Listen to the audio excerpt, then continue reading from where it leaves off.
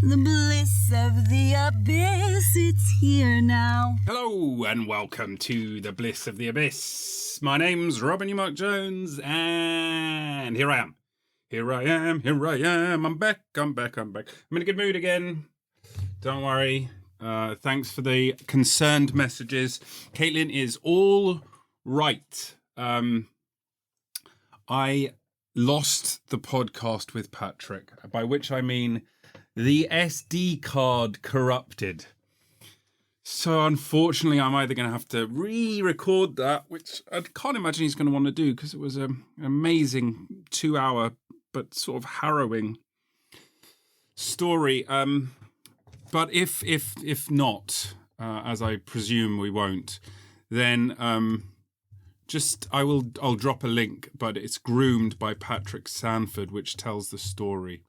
And it's an amazing tale about how he went to the Vatican in the end after suffering abuse as a child and hiding it and burying it and not talking about it for decades, and now becoming a campaigner for justice. So it was a really amazing bit of work, and Muggins over here fucking... I mean, I blame myself, but I also blame the people at SanDisk, whose 128 GB micro XSD card screwed me. So that episode is gone. It's lost, and it was one of the best things that I've done. So it's just me this week saying hello. I'm back. Don't worry about Caitlin anymore. She's not even hobbling anymore. There was a moment where we went to the theatre to celebrate my birthday. We saw, what was it called? London Tide. This is a story about London. It had all terrible bits like that. And then really good bits of acting. And then they'd be like, this is a story about London. And it wasn't even a musical. It was a play with songs, which is, to the uninitiated, not exactly the same thing. But it was... Yes. Anyway, the reason I tell the story is, for what it is, a sort of story, is I went to the theatre with just my wife and my mother. What a grand old hero I am. Not a loser at all. But they both had sticks. Caitlin had a crutch. My mum had a walking stick. She'd hurt her ankle. And it was, we were making jokes in light of the situation, but it was a memento mori and it made me depressed. Yeah. One of those things where it's like, oh God, we're all going to die. But it's called the bliss of the abyss. It's not all bliss, so that was a bit of abyss for ya. What's been blissy? I'll tell you one funny thing that's been blissy. I have been doing a small little side gig, voice work, and I was it was a client recommended another client. It's just small YouTube stuff. It's, splashes in the pond, but it keeps me going. But this script that I've been sent, signs our planet is shifting into the new Earth. Have you ever felt your mind suddenly awakening to the idea that there's something greater beyond what you've always known? If so, you might be shifting to the new Earth. This experience is often more common among Lightworkers or Starseeds, individuals who are here to help guide humanity through a significant shift into the fifth dimension.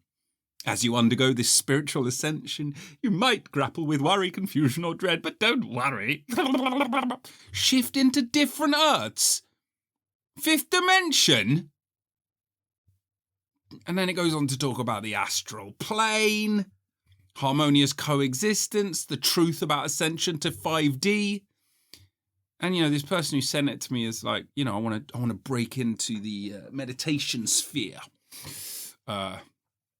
On YouTube, and who knows how this thing works, right? I'm not in any sort of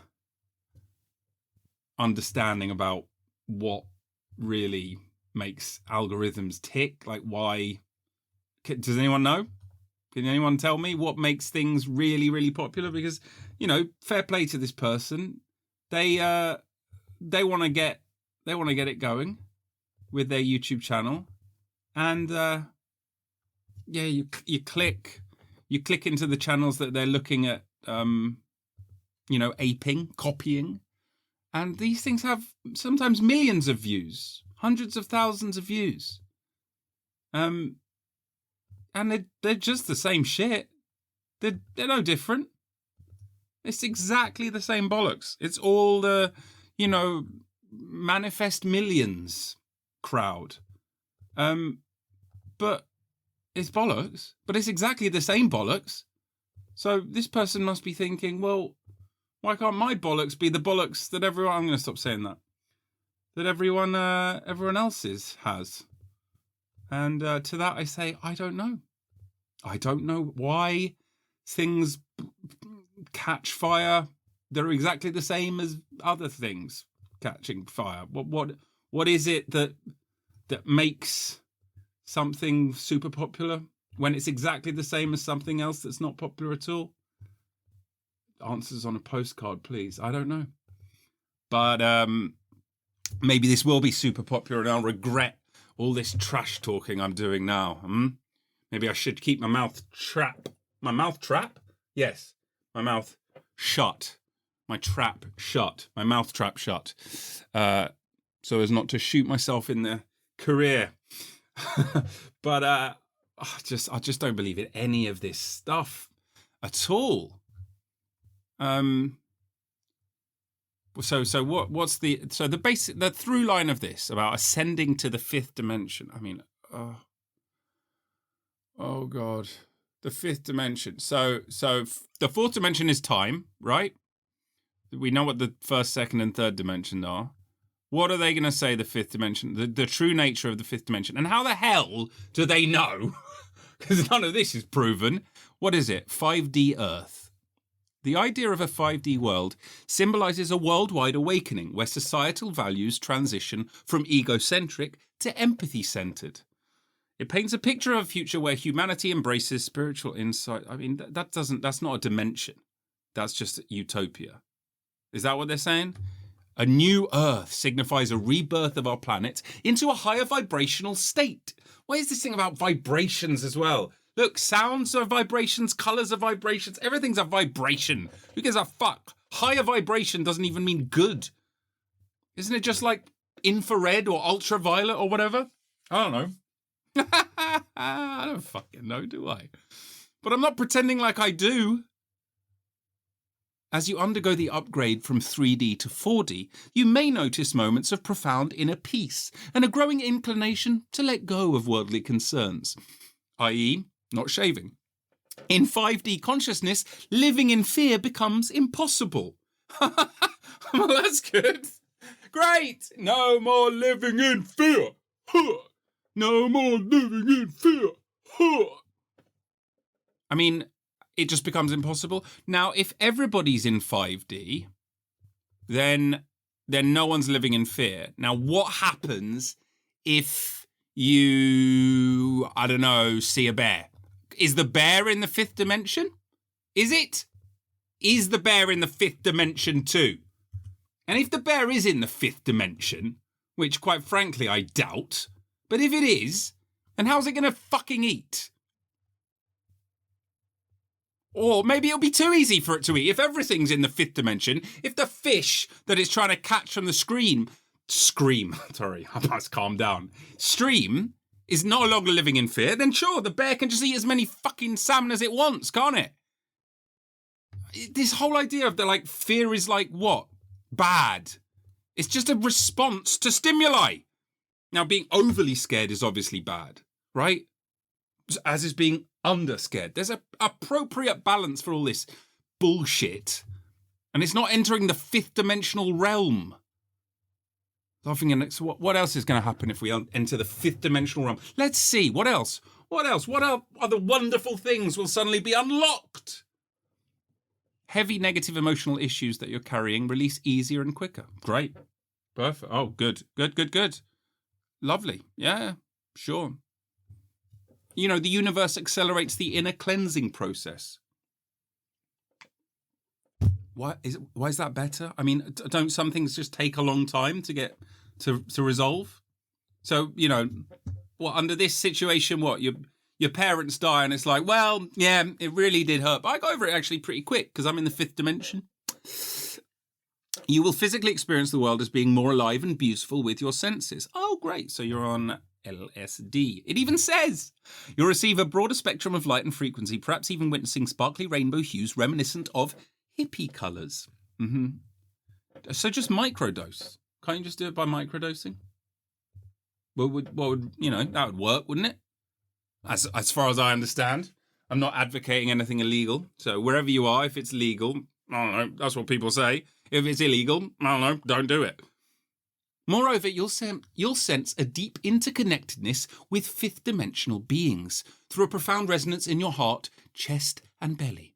As everyone on the planet receives their upgrade, it becomes increasingly accessible to hear messages as everyone on the planet receives their upgrade. Who goes to go first? Whose upgrade comes first? Do you have to, is there speedy boarding? Because, you know, is it a freemium model? Do I have to click through some ads?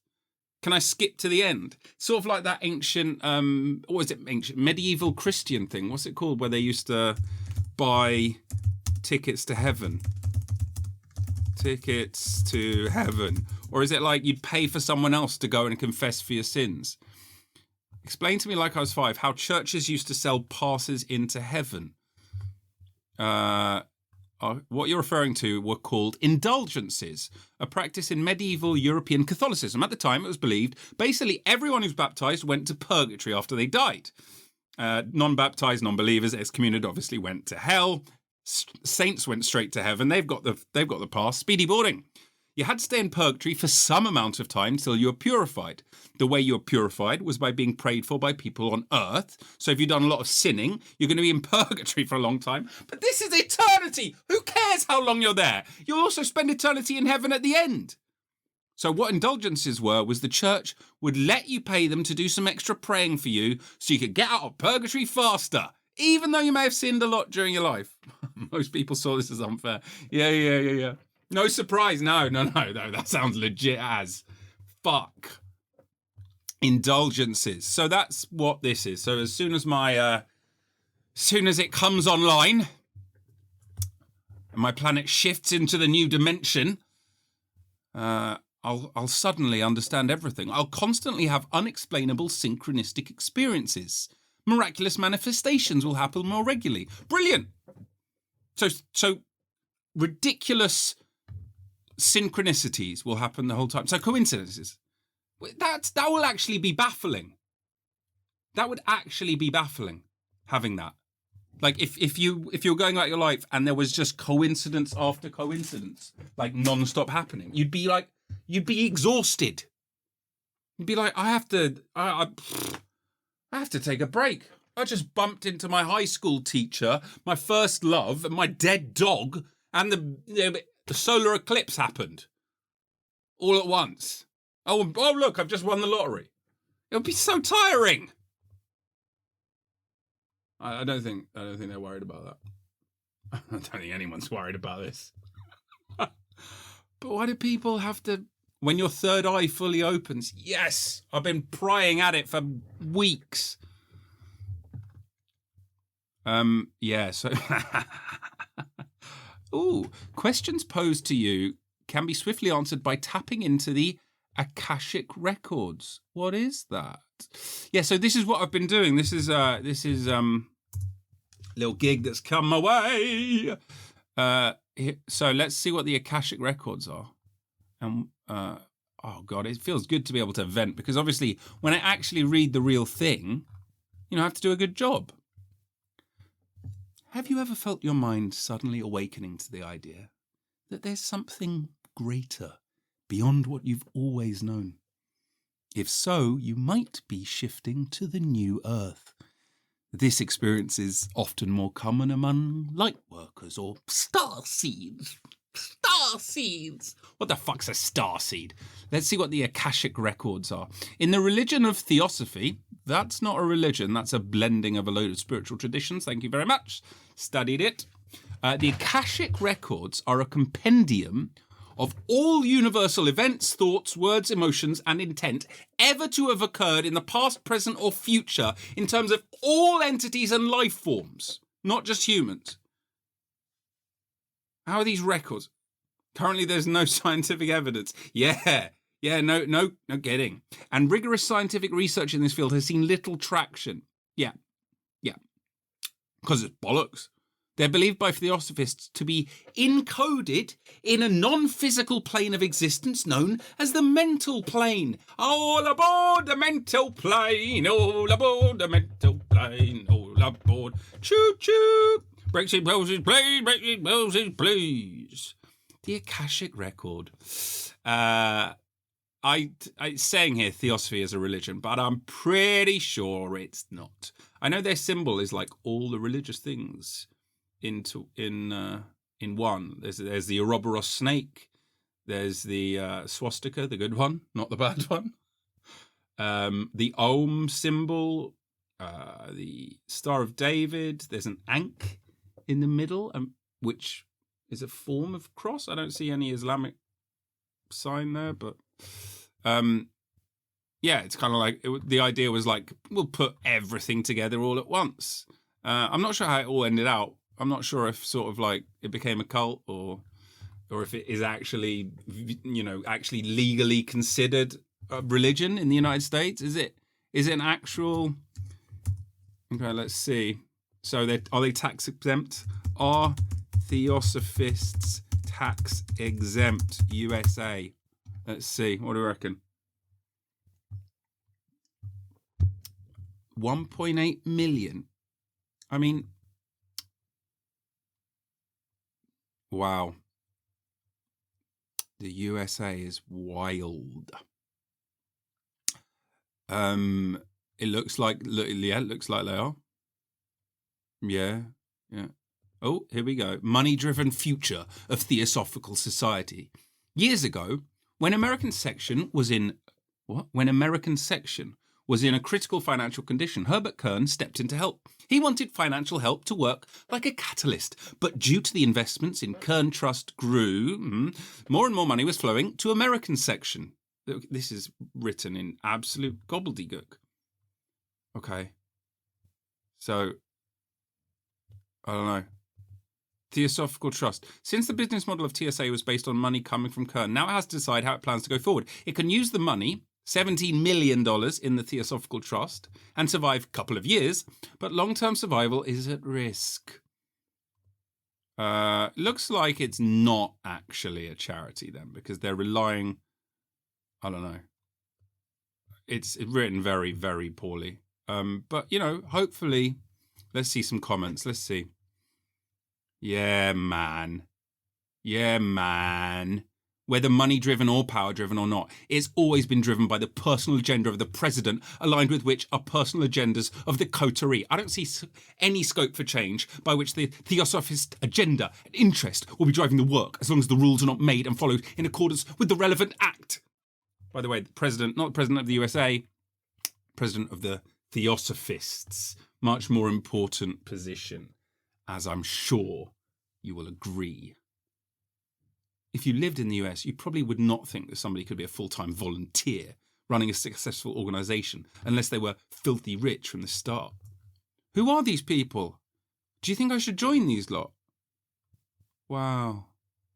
Maybe I could be a theosophist. I wonder, there was a time when Wikipedia was in its earlier days, when my brother managed to get listed on there as a theosophist. I wonder if any trace of it remains. It does, but not on Wikipedia. But it still exists on quite a few websites. Wow. Okay, important.ca, Theosophical Society. Let's have a look. Schisms, of course, we could read all about the schisms. Let's see what Thomas had to play. A third organisation, the United Lodge of Theosophists, or ULT, in 1909 split off from the latter organisation, and various small splinter groups began to take shape, including the Palmer's Green Theosophical Lodge, under the leadership of Thomas Neumark Jones, which was influential among British New Liberal intellectuals. That's not true. Aside from anything else, he wasn't born yet. History of Theosophy. Yep, there he is. He's important. The man who went on safari published the journal Kayfabe. Thomas Neumark Jones, the man who went on safari for H.P. Blavatsky's reincarnation. Thomas Ernst Neumark Jones, 1841 to 1912, was born to German émigré parents in Hampstead, London. He attended Benjamin Jowett's Balliol and was interested in the teachings of the philosopher and Christian mystic T.H. Green in his early years. During the 1880s, he became interested in theosophy, joined the Theosophical Society in London, and knew H.P. Blavatsky personally. After Blavatsky's death, he travelled to India for 4 years to seek her new incarnation. It was his contention that Blavatsky had personally instructed him to look for her in the body of a Pondicherry street urchin. Oh, someone's at the door. The bliss of the abyss. Theosophists came for me. They found me. Look for her in the body of a Pondicherry street urchin. Annie Besant was extremely unimpressed by his claims. What? This goes on for... This is all made up. This is absolutely all made up, apart from the fact they've got my brother's name right. Well, I'm gonna... Some facts are true that you can find on the internet. A lot of this... By 1895, he was back in England publishing an esoteric journal called Kayfabe. Now, to those who don't know what Kayfabe is the specialist word used in wrestling for the character and staying in character. And you can break Kayfabe. And it's like, it's a really important, like, underpinning in pro wrestling. It's got nothing to do with theosophy. I'll tell you that for free. But I think these people were just, it's quite niche. Probably half the people listening right now are like, I still don't know what theosophy is. So I think it just is so niche that people didn't really fact check any of it. So just to be clear, what theosophy is, it's an occult thing, okay? So there's an ancient and secret brotherhood, H.P. Blavatsky.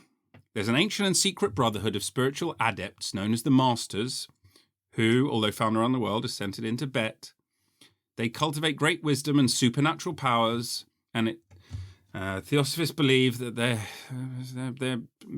trying to revive knowledge of an ancient religion once found around the world, which will come again. But they don't refer to themselves as a religion, so I don't know why this is saying it does. They're about the emancipation of the soul. What's the main belief? Come on. What? The Theosophical Society itself states it has no official belief with which all members must agree. It has no doctrine. It has a doctrine but does not present this as dogma. You can't really form a religion about that, can you? Our main belief is that we don't have any official beliefs, but sure, we've got some things. I mean, we're not doing nothing. Spiritual adepts, masters, okay, yeah, sure. Right, yeah. Gurus. But what do they... Ancient religion, cosmology? Promotes an emanationist cosmology, promoting the idea that the universe is an outward reflection from the absolute. I mean, you don't need to know any of this. Back to Thomas Neumark Jones. By 1895, he was back in England, publishing his journal, Kayfabe. Oh my God. The journal attracted a number of highly regarded writers from the rainbow circle of British intellectuals, including L.T. Hobhouse and Leo Chiozza-Money. I don't know what the joke is. I mean, it sounds like she owes you money. I don't know if that's going to exist anywhere on the internet. I don't know what the joke with L.T. Hobhouse is. L.T. Hobhouse. Leo Chiozza-Money. A real person. See, this is very cleverly done. Italian-born economic theorist. So this is a real person. L.T. Hobhouse was an English liberal political theorist and sociologist from the early 20th century. Yes, this is not my area of study, but yes, real people. The journal didn't really cover costs, but was funded with subscriptions raised from the breakaway Palmer's Green Theosophical Lodge, which Neumark Jones founded himself. Neumark Jones never attracted a large following for his own branch of theosophy, but there were claims it had influential followers in the government of Herbert Asquith. Towards the end of his life, he returned to India and died in Pondicherry in 1912, where he was buried. Some years later, a holy man from Tamil Nadu named Sri Kamaljeet Gill. Hi, Cam. So it's you, is it? Claimed to have been the street urchin foretold in Blavatsky's prediction to Neumark Jones. A scholarly work may one day be produced on this claim, but we're still waiting. Aren't we just? And that's the story of Thomas Neumark Jones and feel-good theosophy. Everybody, the Akashic Records. Signs our planet is shifting into the new Earth. I mean, we all knew it was. We all knew the planet was shifting into the new Earth, didn't we? Hey? We just needed this YouTube video to wake us up. Yeah. Yes. So there we go. It's not fun recording these scripts, I'll tell you that. And it's not remunerated. Well, but needs must. And so here I am. And so to the individual employing me, if you ever hear this show, I don't enjoy doing the work, but I'm happy to do it. And I believe I do a good job. Does that make sense? How many jobs are like that, though? I don't enjoy doing it, but I'm quite good at it. So, like, why would you get rid of me? I think a lot of jobs are like that, aren't they? I think maybe the majority? What are we talking? Majority of jobs are like that, yeah. And then some jobs are kind of like a bit column A, column B. And then there's very few where people are like, you'll never have to work a day in your life.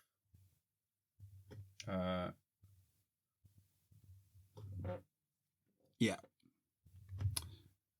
Shift into the different Earths, people.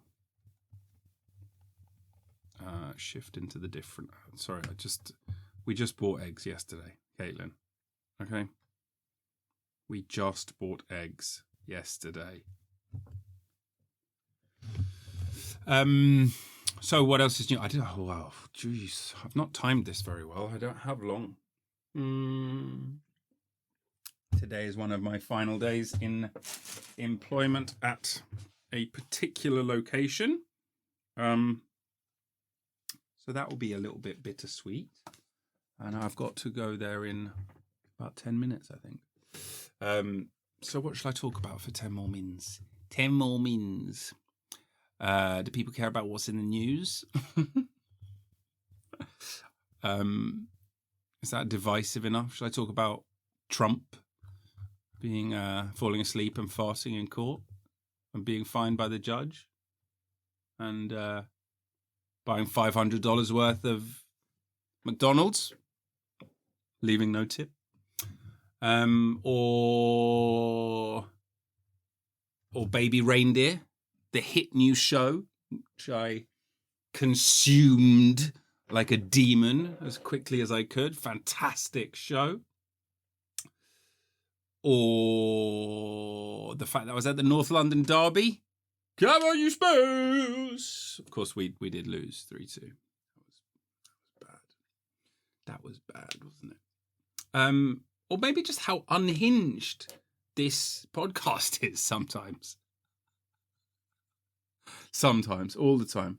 It's absolutely ridiculous. I mean, I don't know what is more ridiculous. This thing that I'm doing now, or the original, like the first episode. I'm gonna do a listen back to the first episode. Maybe I'll do it on the show. Let's get meta. Not now. Because I'm pretty sure that would be more mad because it was lockdown and my life had been dynamited. But this might be even more mad now doing this, honestly. I mean, it's hard to know, I suppose, isn't it? Your answers on a postcard, please. I know no one thinks I'm normal, but this is kind of like maybe making me seem even less normal. Which I don't know if I really care about, but is that should I care? Is there a chance that this is like dangerous for my life?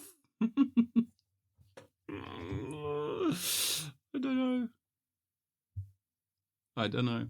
If I was a light worker or a starseed, maybe I would know, hey? Maybe then my daily life would be bubbling frequently with sensations of gratitude, joy, lightness, love, and wonder. You recognize your entry into the fourth or fifth dimensional realm by feeling incredibly spacious and weightless. There's a sense of effortless flow and trust in life permeating each moment.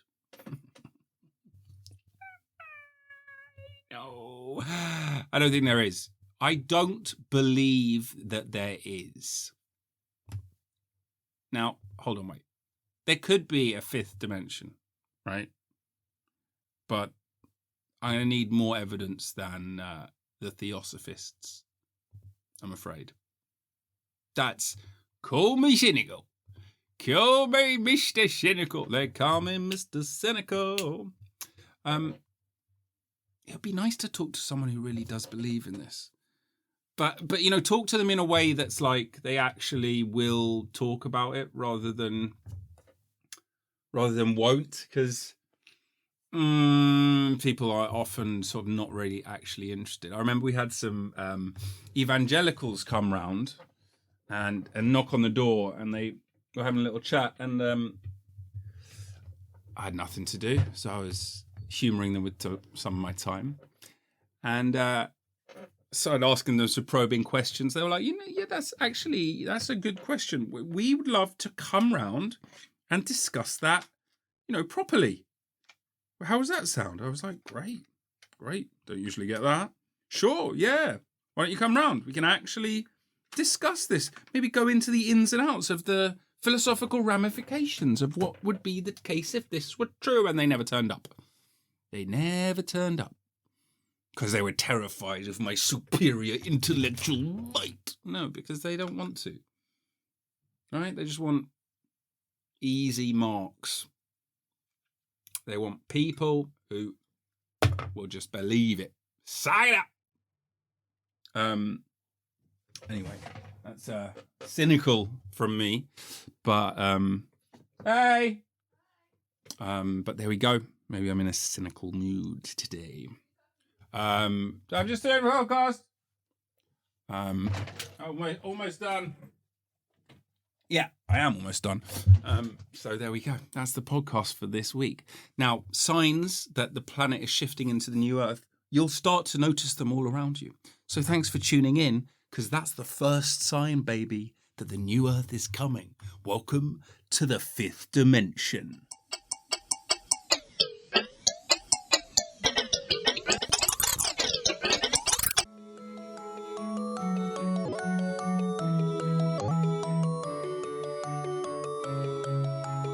Thanks for listening to the show. If you've enjoyed it, please give us 5 stars and consider becoming a subscriber and maybe even supporting us on Patreon. Really helps me continue making this show.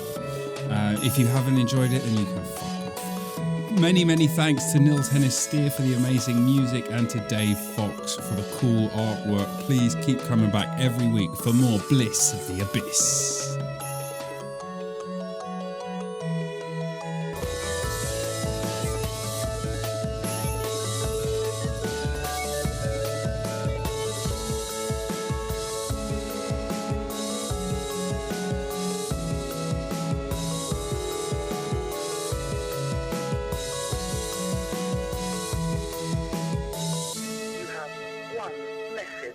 Message 1.